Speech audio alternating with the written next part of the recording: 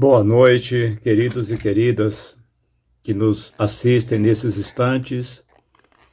Que Jesus seja o condutor, o direcionador da nossa fala e que eu seja o teu verbo encarnado, levando a todos e a todas a sua mensagem fraterna. Meu nome é Ailton, frequento o Grupo Espírita Casa do Caminho aqui do Guará 2 e agradeço muito a nossa querida irmã Gabriele pelo convite de aqui estarmos conversando sobre a doutrina do Cristo que nós conhecemos através da doutrina espírita, que sabemos ser o cristianismo profundo e verdadeiro. Estaremos conversando com vocês um tema que é atualíssimo. Está no capítulo 13 do Evangelho, né? Não saiba a vossa mão esquerda o que dê a vossa mão direita. E principalmente a temática que nos retrata sobre quando nós resolvemos fazer um bem e recebemos em troca uma gratidão, uma ingratidão. Na realidade é um tema atualíssimo, porque a ingratidão, de alguma forma, ela graça praticamente em todos os níveis relacionais. Ocorre no seio familiar, ocorre no seio social, no seio profissional e principalmente, no seio religioso. Eu questiono quem nunca, principalmente os caravaneiros, aqueles que fazem a campanha Alta de Souza, principalmente porque estão nas ruas levando a mensagem e recolhendo o pão material, quem deles pode dizer que em algum momento, ao levar a mensagem de Jesus, não recebeu uma espécie de uma agressão, né?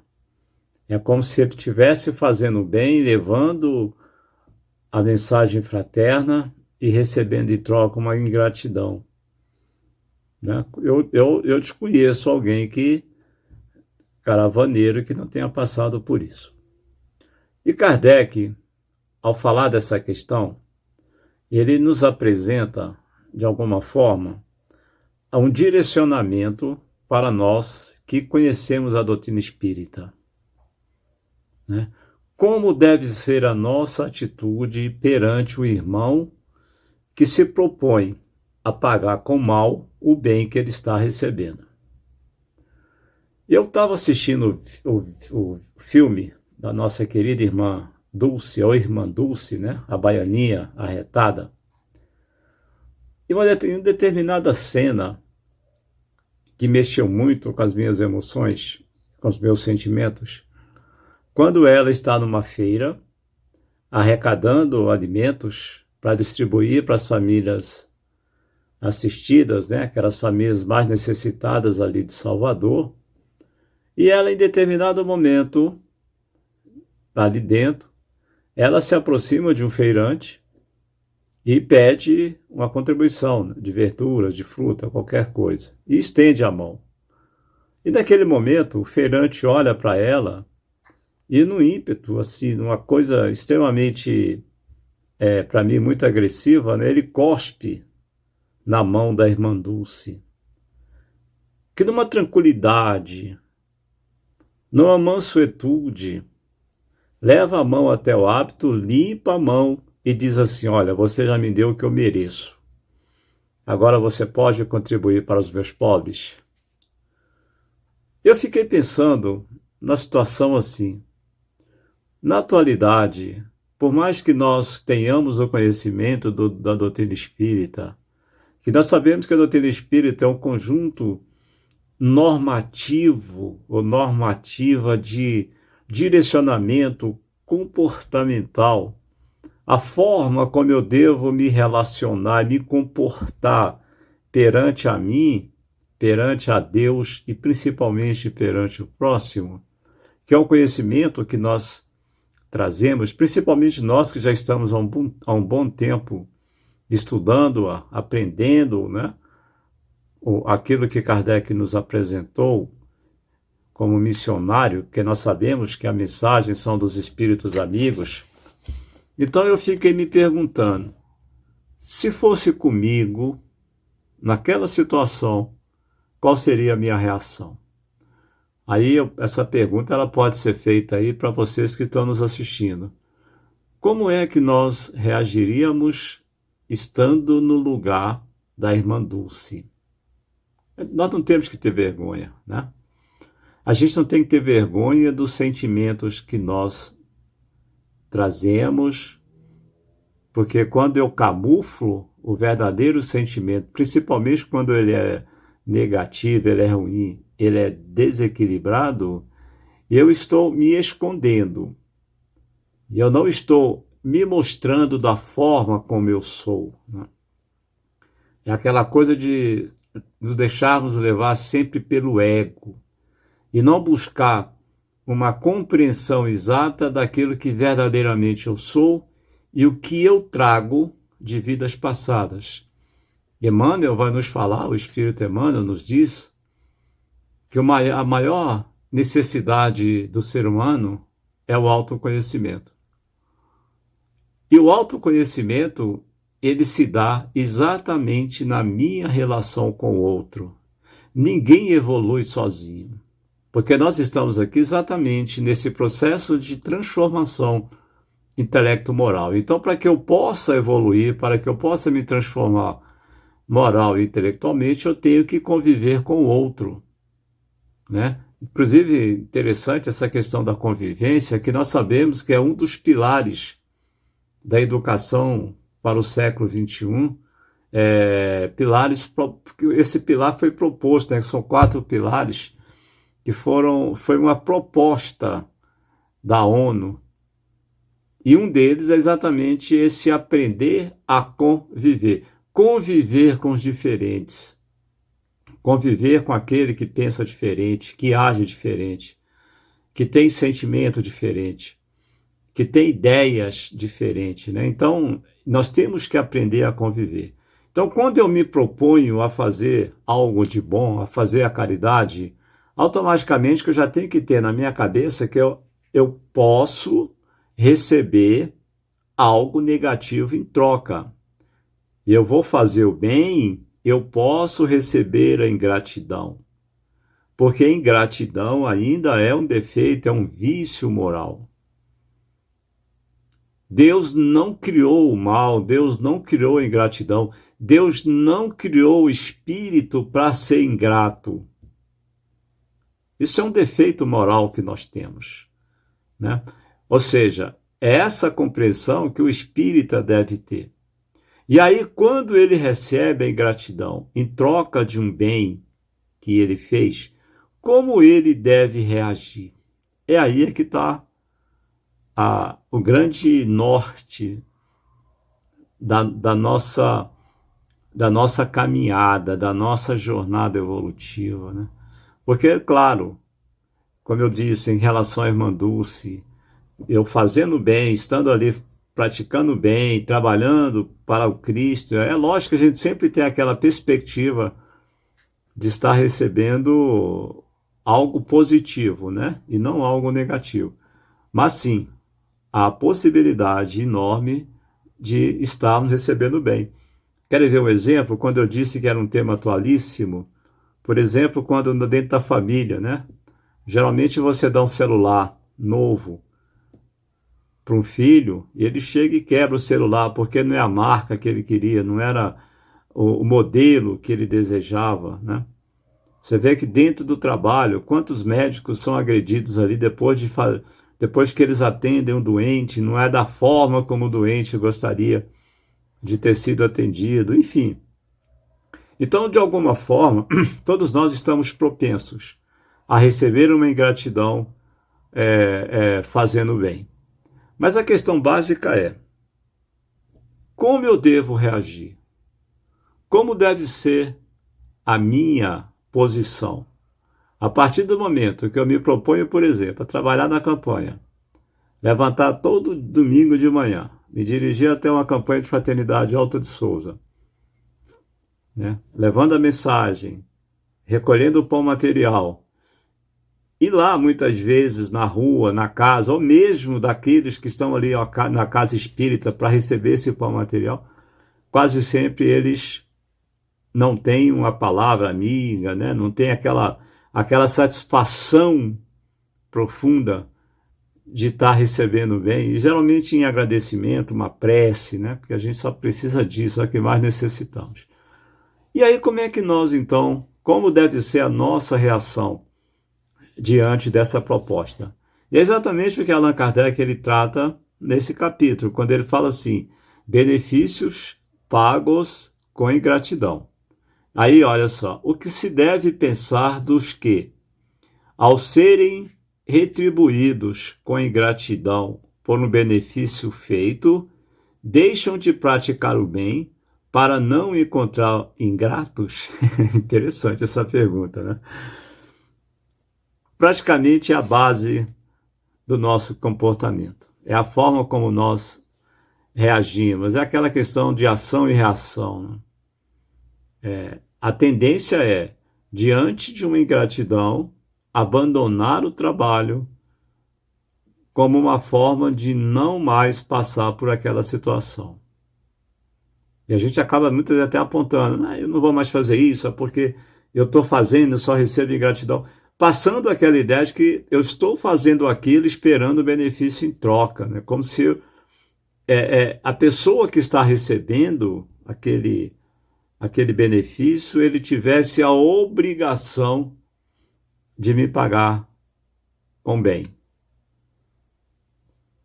Então, isso acontece, que nós chamamos muitas vezes do próprio melindre também, que isso tem a ver com os melindres que ocorrem dentro da instituição religiosa, porque, claro, gente, nós temos que entender que nós ainda não somos espíritos, né, perfeitos, nós somos espíritos ainda extremamente atrasados. Nós estamos aqui no processo de aprendizagem, a busca do processo de transformação. A doutrina espírita nos fornece e nos dá a compreensão de como agir. Mas quase sempre somos levados por aquilo que verdadeiramente somos. O conhecimento do Espiritismo poderia nos facultar uma ação diferenciada, mas nem sempre é assim que nós agimos, nem sempre é assim que ocorre. Porque nós não conseguimos olhar para dentro de nós mesmos. Nós não conseguimos fazer esse processo de auto-introspecção, buscando tirar de dentro aquilo de que verdadeiramente eu sou e enfrentar, a palavra é essa, enfrentar a mim mesmo, né? Enfrentar a nós mesmos.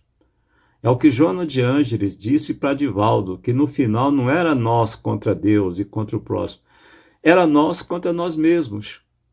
Então, tudo que nos acontece aqui é uma ferramenta de aprendizagem. É um processo pedagógico. É uma didática utilizada pelo nosso Pai Maior para que nós possamos ter a compreensão exata das suas leis e do que Ele quer que nós façamos.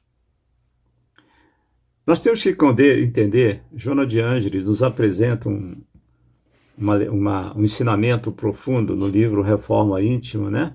Pela psicografia do nosso querido Divaldo Franco, quando ela fala assim, olha, o outro não existe para te agradar ou para te desagradar. O outro existe para te ensinar. Ninguém é culpado pelo que estás sentindo, és tu que optas pelos sentimentos que tens neste exato momento. Só tu. A arte de viver sem expectativas, e sim com perspectivas, é a chave para não se frustrar. Interessante, né?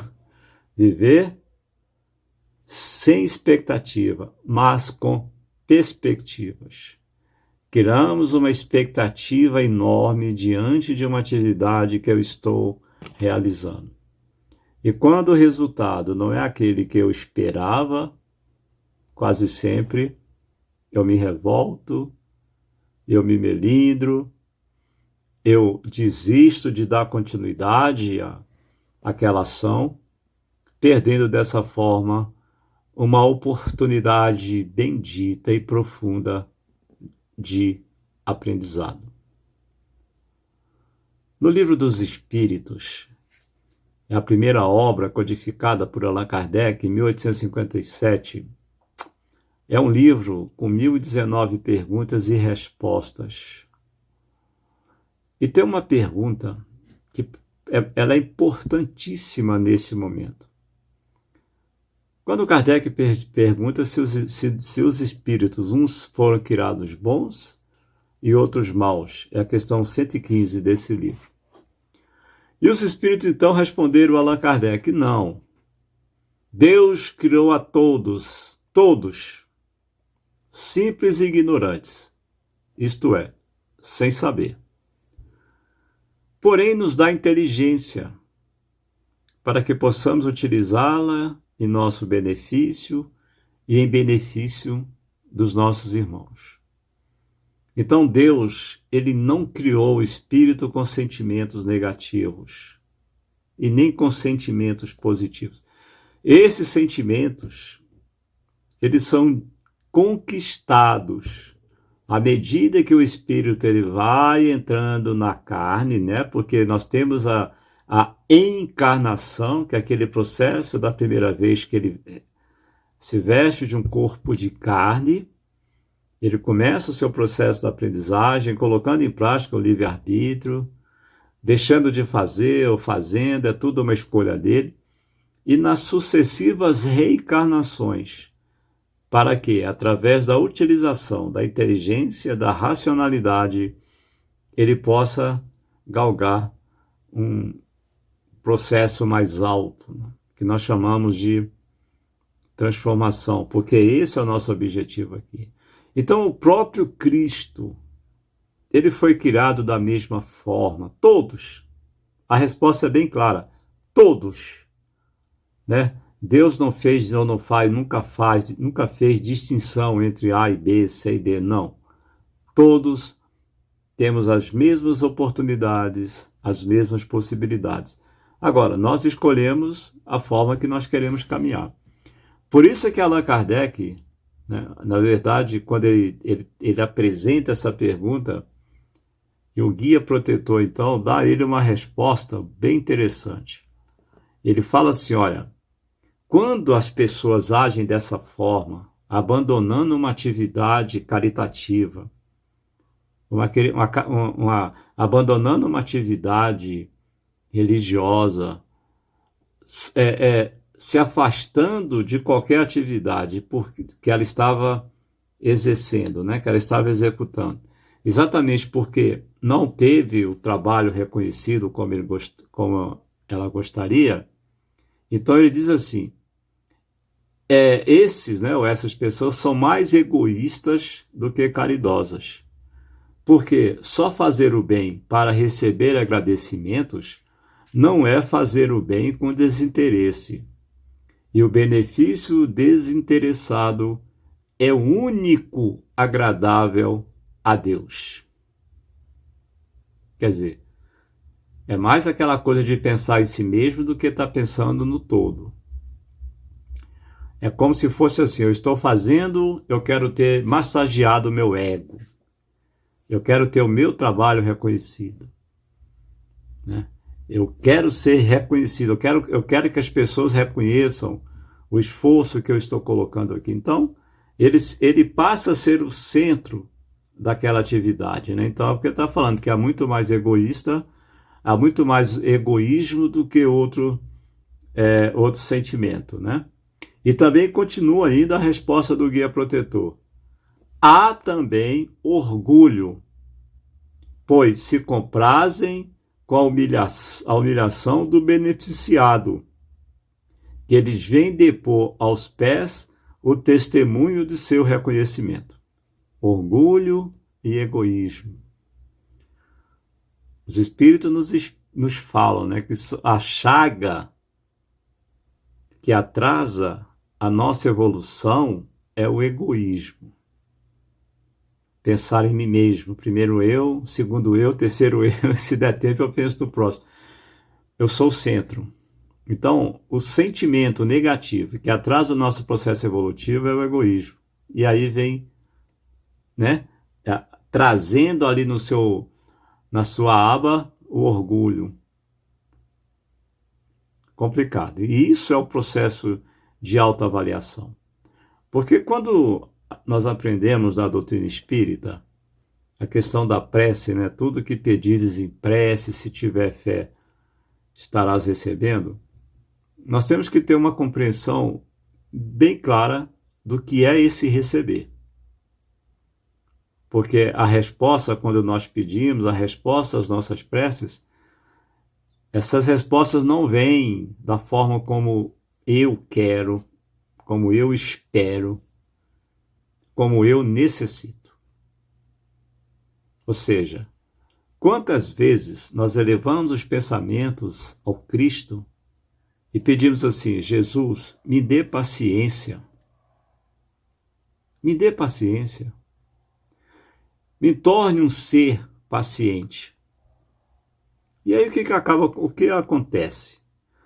Ele vai colocar a paciência dentro de você, tá? No estalar de dedos, você vira uma pessoa paciente. Não. Isso não vai acontecer. Primeiro, mas aí tem a questão da reflexão. Quando eu peço a Jesus que me dê paciência, eu já fiz um primeiro entendimento daquilo que eu sou. Percebi que eu sou um ser impaciente. Isso é uma autoanálise. Se eu estou pedindo paciência, é porque eu não tenho, né? Eu sou impaciente. Então, se eu já fiz essa autoanálise, já tenho esse autoconhecimento, qual vai ser a resposta a esse meu pedido, a essa minha súplica? Os espíritos amigos, com a permissão do Mestre Jesus, proporcionará uma situação para que eu exerça a paciência. Entenderam? E já falou assim: não, Ailton, você já sabe que você é impaciente, né? Você já sabe. Então, o que eu vou fazer? Eu vou estar te dando mecanismos, né? Situações, problemas, para que você exerça a paciência. E aí, o que eu faço? Quase sempre, quando o problema aparece, quando a situação aparece, eu demonstro a minha impaciência e nunca a minha paciência. Né? É isso que esse irmão está colocando aqui. Nos levando à reflexão, nos levando a entender que se aquilo aconteceu, que Jesus permitiu que o fato ocorresse, é que a gente possa tirar dali um aprendizado, que a gente possa tirar dali algo para nos fortalecer a nossa jornada, a nossa caminhada. Porque nós sabemos que uma folha não cai de uma árvore sem que Deus não permita. Então, se Ele permitiu uma ingratidão, Ele quer, de alguma forma, que nós tenhamos um entendimento diferenciado, que não peguemos aquilo ao pé da letra, né, da forma como aconteceu, mas que saibamos tirar proveito da situação, buscando sempre aquela autorreflexão. Né? A primeira pergunta: por que eu me ofendi? Por que eu fiquei contrariado? Por que eu não gostei daquela atitude? Porque Joana fala: o outro não está aqui para te agradar, né? Ou também para te desagradar. Mas com certeza ele está aqui para nos ensinar. Portanto, se ele tem comigo uma ingratidão, ele está me ensinando alguma coisa. Ele está mostrando para mim os meus sentimentos. Ele está dizendo para mim o que eu tenho que trabalhar em mim para que eu possa estar trilhando a jornada da autoevolução, da autotransformação. Porque o bacana, quando a gente adentra a doutrina espírita, é exatamente esse conhecimento que nós adquirimos. Dentro da pedagogia, nós falamos assim, quando a criança inicia o seu processo de alfabetização, e aí, com 6 anos, a gente tem uma proposta que nós chamamos de alfabetização e letramento. Alfabetizar é a criança ter o conhecimento, possuir o conhecimento, ler, escrever, somar, né? Às vezes, dependendo da idade, até mesmo interpretar. Mas o que seria o letramento? Que a criança possa aplicar na prática, na vida dela, aquilo que ela aprendeu.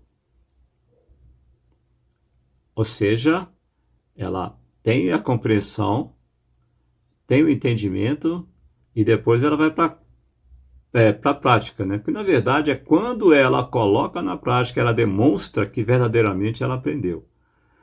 Então nós que estamos labutando ainda nessa doutrina, né? Alguns aqui já há bom tempo, né? Eu particularmente já estou um bom tempo. Ainda me pego em situações assim extremamente delicadas, mas que eu faço sempre aquela autorreflexão, né? Porque conforme o próprio guia protetor disse assim, que se Deus permite que nós que sejais às vezes pagos com ingratidão, é para provar a vossa perseverança no bem. Então, se eu recebi ingratidão, eu fiz aquela análise, por que eu estou recebendo essa ingratidão? E continuo trabalhando, perseverando no bem, tenho certeza que eu vou estar recebendo todo o amparo para poder trabalhar em mim aquele sentimento negativo. Porque quando eu me afasto, né, eu automaticamente estou abrindo brecha para aqueles irmãos que gostariam de me ver longe da luz, que gostariam de me levar para as trevas, e aí vai ficar mais fácil para que eles possam agir. E de que forma eu vou enfrentar a mim mesmo fugindo do problema? Porque se eu camuflar o problema, se eu camuflar a situação, eu, em hipótese alguma, eu vou conseguir me transformar. Porque quando nós conhecemos a doutrina espírita, nós mudamos. Mudamos a nossa forma de ser, de agir, de pensar, porque o conhecimento ele alarga as nossas percepções, né? Ele alarga a forma como nós nos relacionamos nesse mundo. Muda, mas não transforma. A gente muda. Por exemplo, o que é essa mudança? Essa mudança, ela me tira, às vezes, de uma zona de conforto, vai me fazer, né, me bota para... Vou fazer uma campanha, vou fazer um trabalho assistencial, provavelmente coisas, né, que eu não fazia antes, isso aqui é só como a título de exemplo. Então, vou fazer algo que eu não fazia, eu passo a fazer porque o conhecimento me levou a isso, né? É bom fazer, eu sei o que eu estou angariando, eu estou ajudando, mas ao mesmo tempo também eu estou sendo ajudado. Quer dizer, eu mudo a minha forma de compreender, de ter a percepção da vida, de como eu devo me relacionar com o outro e por aí vai. Então eu mudo. Mas por que não há transformação? Porque a transformação, ela é exatamente dentro disso que esse irmão está nos apresentando. O ser mudado, ele vai compreender que ele não pode ficar ingrato, né? Afastado do trabalho por uma ingratidão que ele recebeu. Ele tem esse conhecimento. Ele sabe que ele não pode se afastar, mas porém se afasta. Ou seja, ele tem a alfabetização, ele foi alfabetizado, tem o conhecimento, mudou, né? Porque provavelmente ele está lá, de repente, fazendo uma sopa e aí vai entregar a sopa para a pessoa e a pessoa, essa sopa tá ruim, não sei o quê, não vou tomar isso aqui não, fala algumas coisas. Então, naquele momento, eu também não vou perder meu tempo, né? Servindo essa sopa mais não, quer dizer, ele sabe, ele está lá servindo a sopa porque ele sabe que a caridade é a base da doutrina de Jesus, né? Mas se ele não é transformado, ele ainda não conseguiu Ele tem um conhecimento de estar fazendo bem, mas ainda se ele age, mesmo de uma forma intempestiva, ele age, talvez pagando a mesma moeda, né, para o agressor, ou abandonando a atividade, se afastando daquela atividade, ele só está demonstrando que, apesar que ele teve a mudança, mas ele não teve a transformação. Ele teve o conhecimento, mas ele não conseguiu fazer a aplicabilidade daquilo que ele adquiriu de conhecimento, né? De que ele entendeu e de que ele compreendeu. Então, assim, essa é a nossa jornada, essa é a nossa caminhada. Sabemos que não é fácil, né? Porque lidar com o sentimento do outro, lidar com as emoções do outro, de alguma forma geral, lidar com o outro não é fácil, né? Às vezes lidar conosco mesmo já é quase impossível, né? Imaginemos essa coisa de você lidar com alguém, principalmente, provavelmente, um irmão de vidas passadas, né? Da qual vocês dois aceitaram um reencontro aqui de alguma forma, de alguma maneira, para que possam aparar as arestas, enfim. Isso que nós compreendemos no Espiritismo.